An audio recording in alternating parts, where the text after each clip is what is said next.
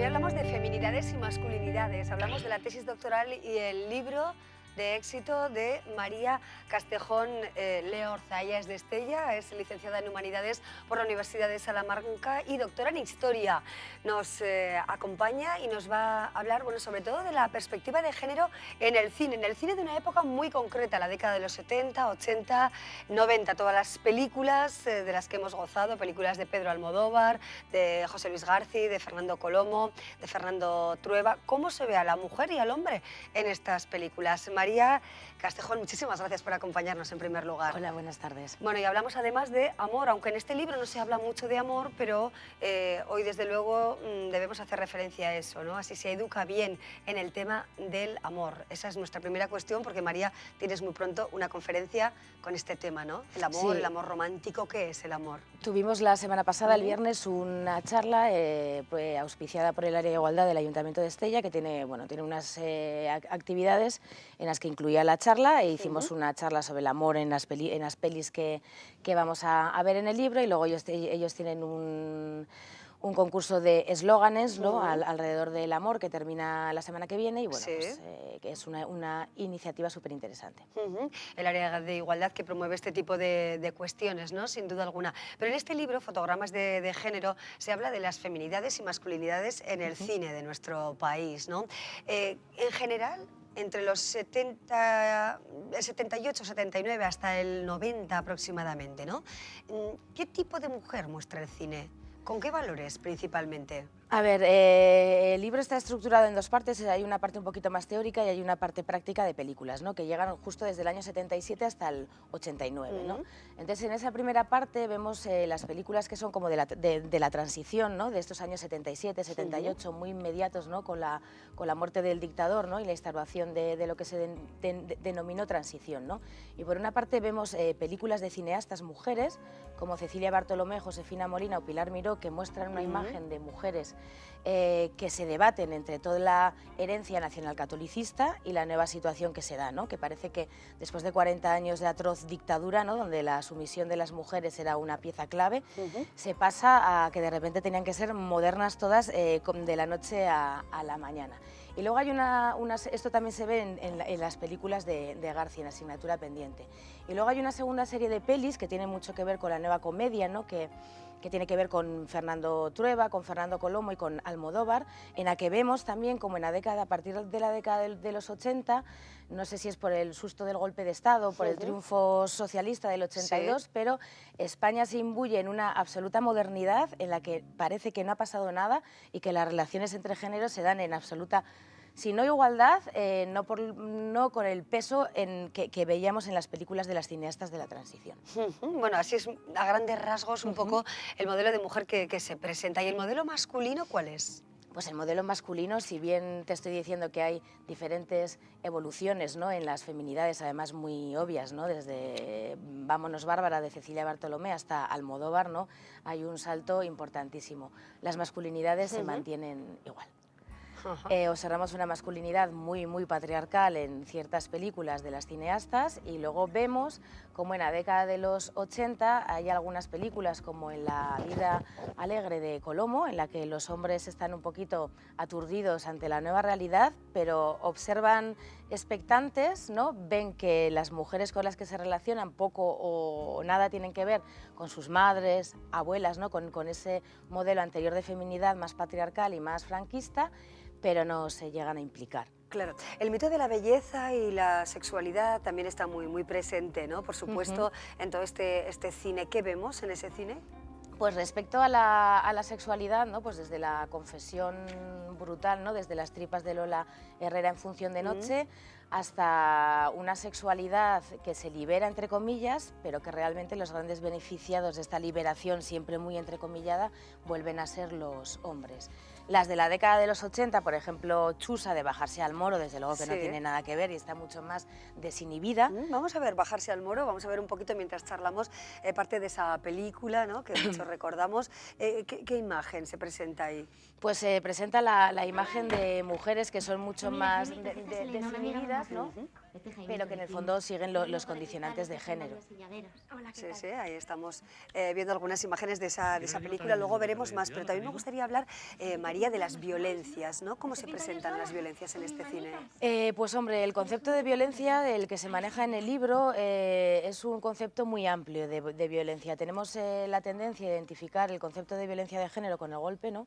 Pero es un concepto mucho más amplio. Se habla de una violencia simbólica, ¿no? Y más allá de esa violencia simbólica, ¿no? De representar a las mujeres en los mismos roles, en el cine, ¿no? En la publicidad, que es mucho más obvio que en el cine, existen otros grados de violencia, violencia económica, ¿no? El no poder acceder de la misma manera al trabajo, ¿no? Entonces sí que se maneja un concepto muy amplio de violencia, pero también es verdad que en pelis, por ejemplo, como las comedias populares de los 80, el ritmo, el tono es mucho más desenfadado y no tienen esa profundidad, ¿no? Que tienen las primeras películas. Claro, ¿y la maternidad? Pues la maternidad pasa un poco lo mismo, ¿no? Por ejemplo, en una de las películas de la transición, Gary Cooper, que estás en los cielos, ¿no? El personaje de Andrea Soriano nos muestra desde una manera súper honesta, ¿no? Y valiente, ¿no? Una peli de Pilar Miró, como para triunfar, además en el mundo de la televisión, porque la película transcurre en ese ambiente de televisión española, para triunfar en aquellos momentos, y ahora también puede ocurrir, tenías que renunciar automáticamente a la maternidad. Sí, la película quizá más personal, ¿no? Sí, de es Pilar una Miró, película además, muy personal, es una película sí, muy dura, pero muy recomendable. Así es. Bueno, más películas. Vamos a ver, por ejemplo, parte de la obra de Pedro Almodóvar, ¿no? Tenemos, pues, Pepi Lucibún, ¿no? ¿Qué muestra? ¿Cuáles serían las claves, ¿no? de género que aparecen en esta película de Pedro Almodóvar? Vale, es que Almodóvar hubiera dado para una tesis propia, para un libro propio, ¿no? Pero incluir la parte de sus primeras películas daba una radiografía muy completa, ¿no? Cuando Almodóvar rueda Pepi Lucibón, que todavía, bueno, muestra una España que se acercaba a la modernidad, no hay más que ver la chaqueta, ¿no? Que lleva Carmen Maura, ¿no? Ese nuevo prototipo de la chica moderna y joven, ¿no? Todavía es una España muy marrón y muy gris, pero es un caso absolutamente atípico, ¿no? en el cine. Pedro Almodóvar abrió una ventana y eso, vemos a unas chicas modernas que tocan en un grupo de rock, ¿no? Que se llaman las Vomitoni, una ama de casa masoquista a la que la cantante le mea encima. Y es muy curioso, ¿no? Ver cómo, por ejemplo, Pepi Lucibón, que es del año 79, es del mismo año en el que se ruedan más o menos las películas de las cineastas de la transición y, por ejemplo, Asignatura pendiente, bueno, que se rodó en el 77, ¿no? Pero, entonces, claro, llama muchísimo la atención las diferencias de registros, ¿no? Que tiene mucho que ver con que en Pepi Lucibón el protagonismo ya es de otra generación de gente. Claro, Laberinto de pasiones. Vamos a ver también las imágenes de esta película. ¿Con qué nos quedamos, ¿no? ¿Con qué pinceladas importantes de esta obra?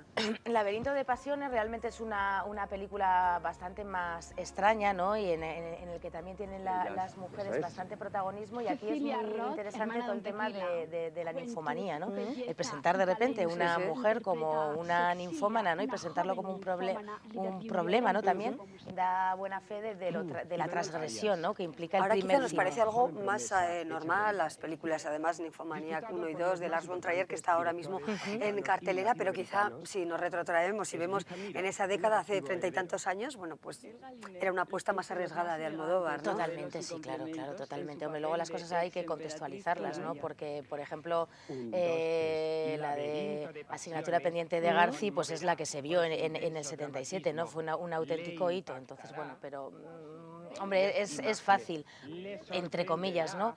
Analizar este tipo de cine 30 años o 40 años después, ¿no? Pero sí, desde luego que la figura de Almodóvar es vital, ¿no? En todo este proceso. Luego la madre, ¿no? Las maternidades diversas que plantea también Pedro Almodóvar, su relación con su madre.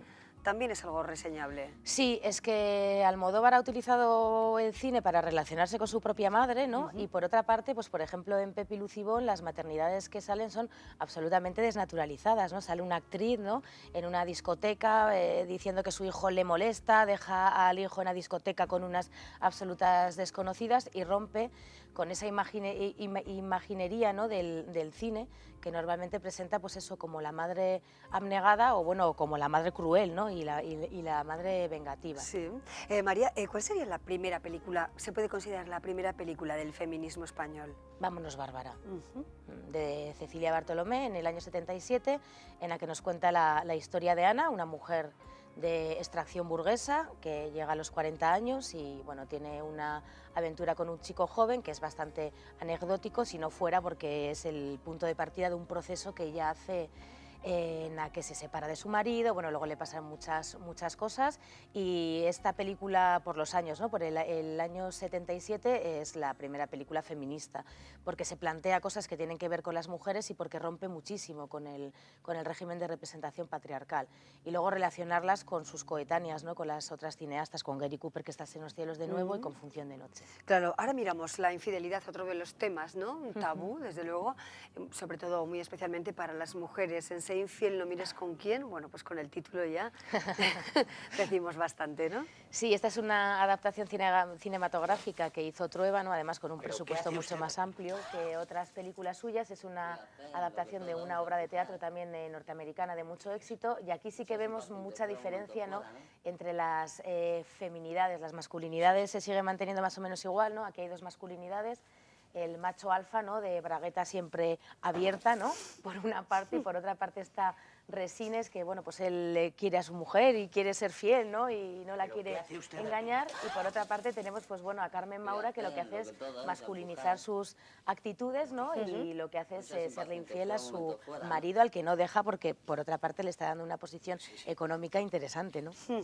Interesantes los patrones, ¿no? Desde luego el cine es una clara fuente de historia de género, una de las fuentes quizá más interesantes, ¿no? Sí, es que lo que hace el cine rompe, a ver, normalmente cuando tú haces historia de mujeres o historia de género, ¿no? Las fuentes, la vida de las mujeres nunca ha aparecido en las fuentes, ¿no? O de una manera mucho más tangencial o a los diarios, ¿no? Que escribían las mujeres hace siglos nunca se han guardado por no considerarlos importantes.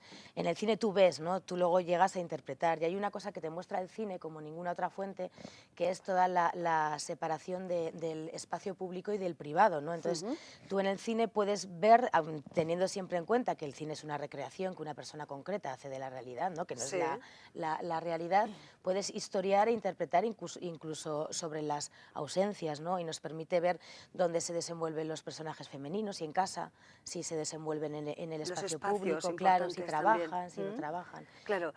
María, bueno, tienes tu página web por si alguien se queda con las ganas de seguir escuchando o seguir, bueno, bebiendo de tus fuentes, ¿no? Tan interesantes. Y una es mariacastejonleorza.com y la otra es que es fantástica, lasprincesastambienfriegan.com.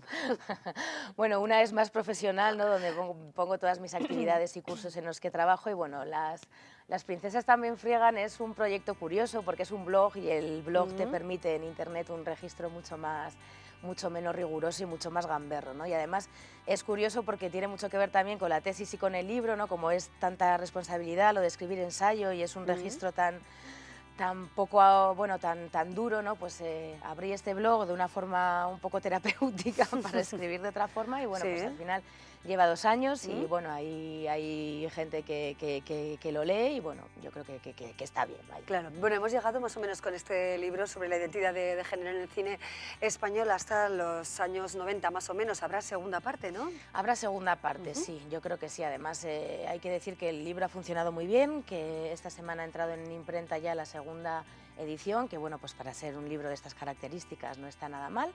Y que, bueno, pues de cara a finales del 2014 y principios del 2015 sacaremos lo que es, no sé si fotogramas de género 2 o lo que sea, sobre todo lo que es la década de los 90 y también lo que es importante, otra generación, ¿no? Porque aquí se habla de una generación muy concreta y luego, pues bueno, en la década de los 90 algo que irrumpe con mucha fuerza en el cine español es todas las temáticas de la juventud, ¿no? Y es muy interesante ver qué pasa con esta juventud, si mantiene estos mismos patrones, si no, si sí. O cambia, interesante, desde luego. Bueno, nos quedamos con ese título, Fotogramas de género para mujeres y para hombres, indistintamente, sin duda alguna, ¿no? María Castejón, muchísimas gracias por acompañarnos. Un placer, la verdad, ver el libro, poder leerlo un poquito.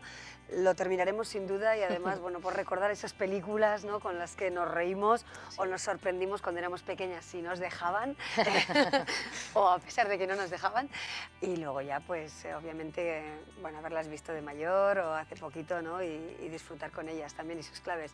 Gracias María, hasta pronto. Gracias a vosotros. Gracias. Nosotros seguimos adelante, vamos a hacer una breve pausa y abrimos nuestra tertulia de debate municipal con algunos temas interesantes de Pamplona.